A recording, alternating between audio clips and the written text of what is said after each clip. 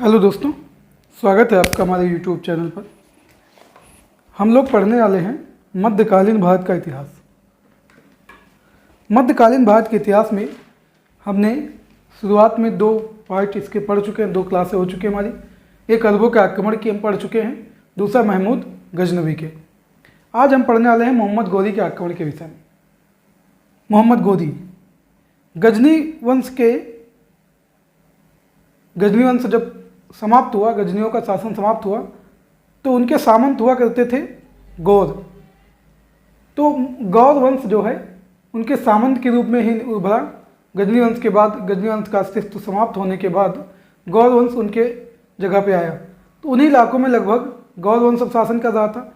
Iran, Afghanistan, पश्चिमोत्तर Bharat, चीन का कुछ हिस्सा और तुर्कमेनिस्तान, ये इलाकों में गौर वंश का शासन अब हो चुका था। गौर वंश के शासकों में जो भारत पर आक्रमण हुआ वो मोहम्मद गोरी के नेतृत्व में हुआ। मोहम्मद गोरी के नेतृत्व में भारत पर आक्रमण हुआ गौर वंश के शासकों का। भारत में गौर वंश की जो आक्रमण की शुरुआत हुई मोहम्मद गोरी के नेतृत्व में हुई। गौर वंश का उदय गजनी के सामंत के रूप में हुआ था और जो इनका वंश नाम गौर जो साम्राज्य था, पूरा गौर वंश था, जो मोहम्मद गोरी का वंश था, उसमें ससबनी वंश के थे। मोहम्मद गोरी का मूल नाम था मोइनुद्दीन मोहम्मद बिन साम। मोहम्मद गोरी का मूल नाम था मोइनुद्दीन मोहम्मद बिन साम। तो गोरी का प्रथम आक्रमण होता है मुल्तान में। 1175 में। और यहाँ उस समय बताते हैं करमपंथियों का शासन था, जो जिन्हें मुस्लिम विधर्मी कहा गया, मुस्लिम के विधर्मी कहा गया करमपंथियों को। मोहम्मद गोरी की भारत में जो प्रथम पराजय ये राजस्थान में माउंट आबू पर्वत के निकट पराजय हुई चालुक्य सोलंकी शासक मूलराज द्वितीय द्वारा। जब इसने आक्रमण किया तो मूलराज द्वितीय का लगभग शासन समाप्त होने वाला था और इसके बाद भीम द्वितीय का शासन आ जाता है। तो मूलराज द्वितीय द्वारा जो है इसको पराजय स्वीकार करनी पड़ी। पहली पराजय है मोहम्मद गोरी की भारत में। अगला युद्ध जो होता है, अगला आक्रमण होता है तराइन का युद्ध। तराइन में आक्रमण होता है। तराइन का युद्ध होता है 1191 में मोहम्मद गोरी और पृथ्वीराज चौहान के बीच। तराइन हरियाणा के करनाल जिले में सरस्वती नदी के किनारे स्थित है। तराइन का प्रथम युद्ध में पृथ्वीराज चौहान विजयी होता है और मोहम्मद गोरी को हार का सामना करना पड़ता है। मोहम्मद गोरी फिर से 1 साल बाद दोबारा तराइन का युद्ध होता है। तराइन पे फिर से आक्रमण, तराइन का युद्ध 1192 में। अब की बार मोहम्मद गोरी फुल तैयारी से आता है। मोहम्मद गोरी विजयी होता है। पृथ्वीराज चौहान को हार का सामना करना पड़ता है। पृथ्वीराज चौहान के एक प्रमुख सहायक था गोविंद राज इस युद्ध में वीरगति को प्राप्त होता है। इसके बाद युद्ध होता है चंदावल का युद्ध। तराइन के द्वितीय युद्ध के बाद इनका एक पुत्र था, पृथ्वीराज चौहान का पुत्र का नाम था हरिराज। उसके मतलब इन्होंने कुछ दिन के लिए मुस्लिम विजेता जो थे, तत्काल तो संभाल नहीं सकते थे पूरा शासन वहाँ का, तो इन्होंने अपने हाथों में शासन को ना लेकर अपने अधीनस्थ के तौर पर इनके पुत्र हरिराज को शासक की भांति अजमेर का शासक बना दिया। क्योंकि तत्कालीन तुरंत ही शासन लेना उनके हाथों में मुश्किल था, इसलिए उन्होंने अपने अधीनस्थ के रूप में पृथ्वीराज चौहान के पुत्र हरिराज को वहाँ का शासक नियुक्त कर दिया। इसके बाद पढ़ते हैं अगला आक्रमण जो इनका है चंदावल का युद्ध होता है। चंदावल का युद्ध होता है 1194 में मोहम्मद गोरी और कन्नौज के गढ़वाल वंशीय शासक जयचंद के बीच। किसके बीच होता है? मोहम्मद गोरी और जयचंद के बीच। ये चंदावल कन्नौज और इटावा के बीच यमुना नदी के किनारे स्थित है। चंदावल के युद्ध के बाद मोहम्मद गोरी विजयी रहता है। अब इस युद्ध के बाद मोहम्मद गोरी को मध्य एशिया में तुर्कों के साथ युद्ध करने के लिए वापस गजनी जाना पड़ा। चंदावल के युद्ध के बाद तुर्कों से मध्य एशिया में युद्ध करने के लिए मोहम्मद गोरी को गजनी वापस जाना पड़ा। तो अपने जो यहाँ के जीते हुए इलाके थे या जो भी क्षेत्र था, इंद्रप्रस्थ के इंद्रप्रस्थ में मोहम्मद गौरी ने अपना एक सैनिक केंद्र स्थापित किया था। इंद्रप्रस्थ में मोहम्मद गौरी ने अपना एक सैनिक केंद्र, दिल्ली के आसपास, दिल्ली में है इंद्रप्रस्थ, तो वहाँ पे अपना एक सैनिक केंद्र स्थापित किया था, जो अपने गुलाम कुतुबुद्दीन ऐबक को वहाँ का प्रतिनिधि नियुक्त करके वो वापस चला जाता है। इधर कुतुबुद्दीन ऐबक जो अपने विजय अभियानों में लिप्त रहता है, विजय अभियानों में बिजी रहता है, व्यस्त रहता है, तो एक सेनापति इनका हुआ करता था सेनापति था मोहम्मद बिन बख्तियार खिलजी।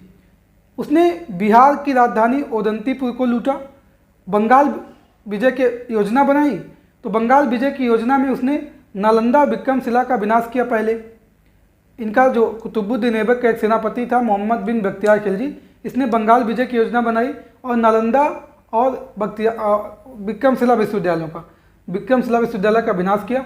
बिहार की राजधानी ओदंतपुरी को लूटा और वहाँ पे करीब हजारों बौद्ध भिक्षुओं को तलवार के घाट उतार दिया, सर कलम कर दिया, हजारों बौद्ध भिक्षुओं का।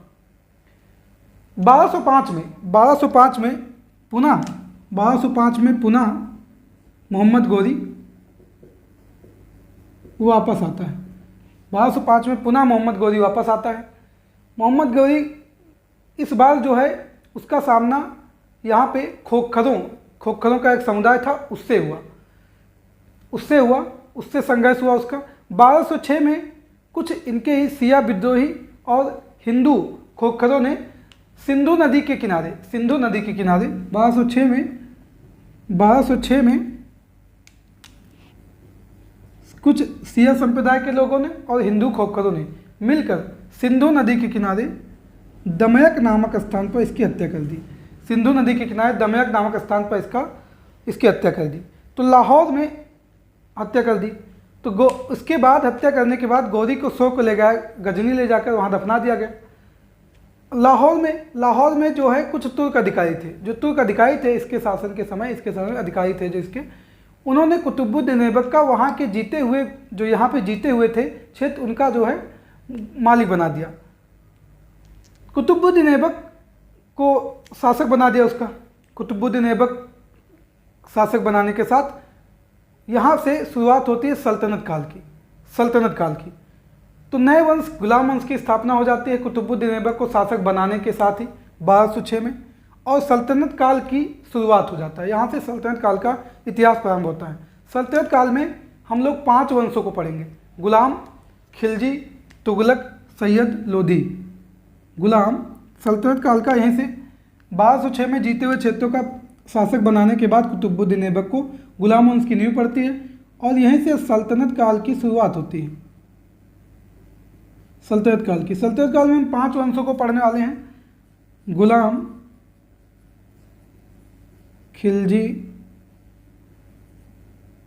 तुगलक, सैयद वंश और लोधी वंश। सल्तनत काल का अंतिम जो वंश पढ़ेंगे लोधी वंश। अब देखते हैं, मोहम्मद गौरी ने यहाँ पे कुछ सिक्कों का भी प्रचलन कराया था। मोहम्मद गौरी के कुछ सिक्के भी प्राप्त हुए यहाँ से। तो मोहम्मद गौरी के कुछ ऐसे सिक्के प्राप्त हुए जिनमें एक तरफ जो है शिव के बैल अर्थात नंदी जी की मूर्ति है और दूसरी तरफ शिव की बैल नंदी जी की मूर्ति है और देवनागरी में पृथ्वीराज लिखा हुआ है। तो यहाँ पे इनके कुछ सिक्के भी मिले हैं जिनमें एक तरफ तो बना है, एक तरफ नंदी जी की मूर्ति बनी है और देवनागरी लिपि में पृथ्वीराज लिखा है, और दूसरी तरफ घोड़े की आकृति बनी हुई है, घोड़े की आकृति और मोहम्मद बिन साम लिखा हुआ है, उसी का नाम है मोहम्मद बिन साम। तो इसके सिक्के मिले हैं जिसमें एक तरफ नंदी की मूर्ति पृथ्वीराज लिखा देवनागरी लिपि में और एक तरफ दूसरी तरफ घोड़े की आकृति और मोहम्मद बिन साम लिखा है। उसने कुछ सिक्के ऐसे भी जारी किए जिसमें लक्ष्मी की आकृति अंकित है, ऐसे कुछ सिक्के जारी किए जिसमें लक्ष्मी की आकृति भी अंकित है। तो इस प्रकार उसने लक्ष्मी की आकृति वाले सिक्के भी जारी किए, संस्कृत लेख भी लिखवाए। अब हम लोग देखते हैं जहाँ महमूद गजनवी केवल लूटपाट में अपना धन इकट्ठा करने में बिजी था, उसने और वहीं इसने केवल धन संग्रह ही नहीं किया, धन संग्रह करने के साथ साथ अपना एक गौरी ने अपना एक साम्राज्य भी भारत में स्थापित कर लिया था। तो अगले इसके मध्यकालीन भारत के अगले भाग में हम लोग पढ़ने वाले हैं गुलाम वंश को। मध्यकालीन भारत की एक श्रृंखला पूरी शुरू चल रही है। पहला वीडियो हमने अरबों के आक्रमण से शुरू किया था, महमूद गजनवी के आक्रमण पढ़ा हम लोगों ने, वहाँ पे जजिया का अलबरूनी के विषय में पढ़ा था। गौरी का आक्रमण आज पढ़ चुके हैं। गौरी आक्रमण के बाद, गौरी के मृत्यु के बाद अब गुलाम वंश, क्योंकि इनके गुलाम थे कुतुबुद्दीन ऐबक, उनके द्वारा एक नए वंश की शुरुआत की जाती है, गुलाम वंश की। यहीं से सल्तनत काल का इतिहास शुरू होता है। अब हम पूरा सल्तनत काल के इतिहास क्रमबद्ध तरीके से पढ़ेंगे। आपको हमारा एक वीडियो कैसा लगा कमेंट करिए, हमें बताइए।